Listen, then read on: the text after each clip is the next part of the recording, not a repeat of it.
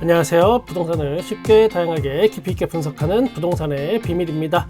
미분양 공포 그리고 입주 물량 감소라는 부동산 숫자 노름에 우리는 어떻게 대응할 것인가 생각해 보겠습니다. 먼저 내년 입주 물량 12년 만에 최저, 공급 감음 심화되나, 이런 뉴스들이 요즘 많아지고 있습니다. 내용을 보면 주택 공급의 감음 현상이 점점 커지면서 내년 아파트 입주 물량이 12년 만에 최저 수준을 기록할 거라는 예상을 하고 있습니다.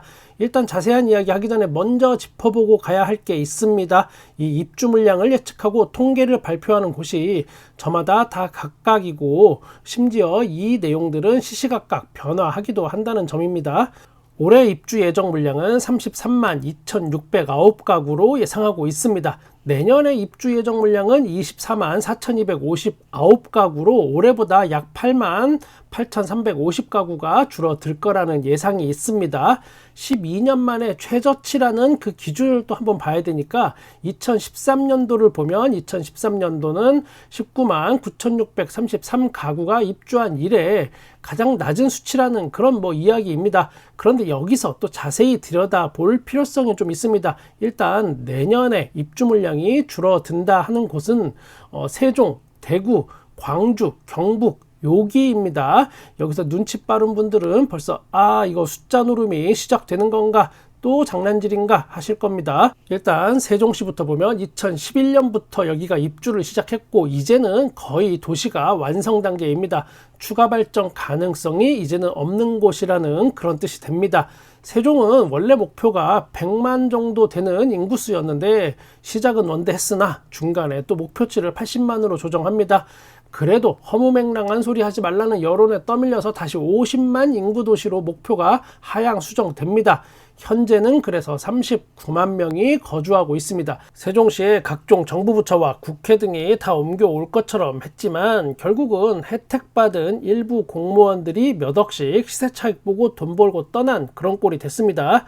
결국 살림은 서울에서 하고 다 그런 겁니다. 국회의원도 다 서울에 집 가지고 살면서 세종시를 키운다는 것 자체가 말이 안 되는 소리이긴 합니다. 아무튼 세종시는 입주가 끝물이니까 물량이 줄어든 것 뿐입니다. 이걸 살짝만 비틀어서 이야기하면 마치 전국의 아파트 입주 물량이 모자라서 대단한 부동산 폭등이 일어날 것처럼 포장을 할 수도 있습니다. 아마도 부동산 폭등론을 주장하는 분들이 앞으로 계속 그렇게 써먹을 겁니다. 그 다음이 대구입니다. 대구는 미분양이 가장 심각한 동네이고 실제 마이너스 P가 1억씩 나오기도 합니다. 그리고 분양이 안 돼서 아파트 수백 채가 통으로 그냥 공매로 넘어가는 정말 초유의 사태가 벌어지고 있는 곳이기도 합니다. 대구에 한참 아파트를 짓던 시기, 그러니까 부동산 폭등이 막 비정상적으로 푹푹 치고 나갈 때, 그때 대구에 거주하시던 아는 분이 저한테 이렇게 직접 이야기했습니다. 여기는 빈 땅만 보이면 다 때려짓네. 그냥 대구 살기 무섭다. 나도 이제 일단 아파트 정리해야겠다. 물론 대구에도 알짜 지역이라는 거는 분명히 있습니다만 그 외 지역에도 너무 많은 물량이 한꺼번에 막 쏟아져서 모두가 의아해 하던 곳입니다. 현재 대구의 위치를 보면 1인당 지역 내 총 생산, 요게 전국에서 꼴찌, 그리고 1인당 지역 총 소득, 요것도 전국에서 꼴찌입니다. 그만큼 발전 가능성이 없는 지역이다 라고 보면 됩니다.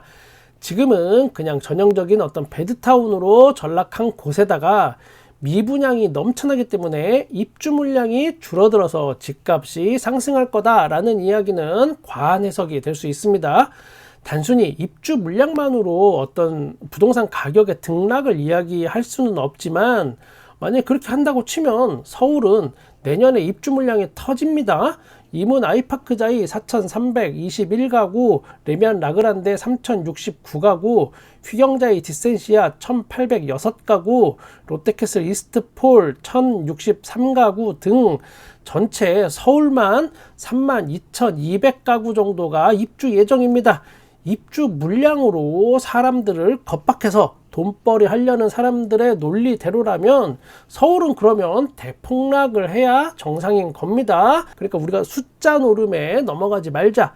제가 이 이야기를 하고 싶었던 겁니다. 지금 신생아 특례 대출이 인기가 많다, 서버가 다운됐다 하는 말이 있습니다.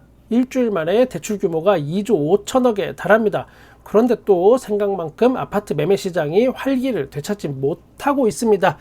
이 정도 돈이 부동산 시장에 풀리게 되면 정말 뒤집어지고도 남았을 텐데, 대부분 기존 대출을 낮은 금리로 갈아타는 수요가 대부분이었고 대략 한 70% 정도 됩니다. 그냥 더 냉정하게 말씀드리면 이거는 영끌족 살리기의 일환이었습니다. 기존에 높은 이자에 생활비 감당이 안 되던 사람들, 숨이 막 꼴딱꼴딱 넘어가기 직전에 바로 인공호흡을 했는데, 이 부분도 엄격하게 따져보면 2030 세대가 대부분입니다. 물론 중년의 나이에 늦둥이 보신 분들은 또 혜택을, 4050 무주택자를 위한 부동산 대책은 정말 눈을 씻고 찾아봐도 없다는 이 현실이 좀 가슴 아프긴 합니다. 당분간 주택시장은 40, 50, 60 세대들에게 어떤 호의적이진 않을 것 같습니다. 요즘 나오는 부동산 정책에 기반해서 지금 현재 정부가 부동산에 대해서 어떤 속마음인지 한번 파헤쳐 봤습니다. 무주택자에게는 제발 집 좀 사라. 네가 사서 경제를 좀 살리라고 좀. 집을 왜 안 사니 도대체? 분양가? 야, 그거 낮춰주면 건설사 다 망한대잖아. 너 그 뭐 모아놓은 돈 없어? 제발 그냥 하나씩 사. 니들이 좀 비싸게 사줘야 경제가 산다니까? 1주택자에게는 이거 참, 제발 2주택 하라니까. 집 하나 더 산다고 뭐 너 망하냐? 지방에 미분양 넘치잖아. 이거 2주택 해도 내가 혜택 주겠다니까. 아파트 부담스러우면 뭐 오피스텔이라도 뭐 한 채씩 좀 사. 요즘 오피스텔 수익률 좋아진다고 그 부동산 전문가들이 말하잖아. 좀 한 채 더 사라. 내가 혜택 줄게. 다주택자한테는 니들은 내가 뭐 사란다고 살 거 아니지? 뭐 니들은 뭐 내 말 듣겠어? 니들은 타짜니까 알아서 해. 그리고 은행한테는 야, 돈 좀 벌었지? 니들 짭짤하잖아. 이자 장사 했잖아 그동안. 근데 그거 아냐? 니들 계속 그렇게 하다가 한 방에 그냥 골로 갈 수 있어. 알아서 대출금리 낮춰. 예금금리? 야, 그건 니들이 알아서 해. 예금금리 낮춘다고 사람들이 막 뭐라 하디 니한테? 어차피 그 사람들 찍소리도 안 하잖아. 협조 좀 하지? 2030 영끌한테는 나 노력했다. 알지? 니들 살리려고 내가 400 세대한테 욕이란 욕은 진짜 다 먹었다. 긴 말 안 할게. 잘 기억해줘라. 다시 고개 드는 미분양 공포, 추가 대응 필요해, 불안감 확산. 이런 뉴스가 계속 나오는 이유 딱 하나입니다. 우는 소리 하면 뭐라도 하나 더 줄 것 같기 때문에 그냥 계속 우는 소리 하는 겁니다. 한 중견 건설사 관계자는 뚜렷한 효과가 나타나고 있지 않은 상황이라며 미분양이 해소되거나 하질 않는다. 추가적인 정책이 나왔으면 하는 마음이 크다. 여기서 핵심은 추가적인 정책이 나왔으면, 결국은 이 가장 큰 이슈는 실거주 의무를 폐지해 달라는 뜻으로 해석이 됩니다. 실거주 의무를 폐지하면 투기 수요가 아무래도 강남 분양시장으로 일단 다 몰릴 겁니다. 그 여파로 강남 4구 마용성이 일단 뜰 거고, 곧이어 서울 외곽 수도권까지 다시 한번 떴다방이 부활하는 시대가 옵니다. 그렇게 되면 일단 수도권 아파트 가격이 다시 좀 불타오를 가능성이 있고, 지방도 그 덕에 미분양이 해소가 될 수도 있습니다. 미분양을 해소하는데 투기 세력이 들어오게 허락해 주는 것만큼 효과가 있는 게 없습니다. 먼저 강남부터 일단 띄우고 보자는 겁니다. 지금 현재는 그렇다, 이런 이야기입니다. 지금 사실상 부동산 관련된 일을 업으로 하는 사람들은 가장 바라고 있는 게 실거주 의무 폐지입니다. 다 알고 있습니다. 이거는 지금 제가 부동산 중개업만을 이야기하는 게 아니고, 뭐 제가 아는 시행사, 시공사, 감정원 모두 다 같은 이야기를 하고 있습니다. 부동산 가격이야 뭐 오르고 내리고 할 수 있는데, 다시 지난 부동산 폭등기로 가는 가장 빠르고 확실한 방법이 바로 부동산 투기 세력들이 아파트 시장에 다시 진입하기에 어떤 활로를 열어주는 거라는 거를 이 사람들은 너무나 잘 알고 있습니다. 하지만 차마 그걸 대놓고 이야기는 못하고 그냥 실거주 의무 제도 때문에 실수요자들이 지금 피해를 본다, 뭐 이런 다소 엉뚱한 논리로 시장을 왜곡하고 있는 겁니다. 금리 인하는 멀었는데 다중채무자 450만 명 역대 최다. 지금 450만 명이 3곳 이상 되는 곳에서 최대한 대출을 끌어다 썼고, 그 중에 또 279만 명은 소득의 대부분을 빚 갚는 데 써야 할 처지로 추정된다라는 소식입니다. 450만 명, 279만 명, 이거 어마어마한 숫자입니다. 어쩌면 요즘 같은 때는 한 가정 내에서 그냥 빚이 없다면 그걸로 성공한 걸 수도 있습니다.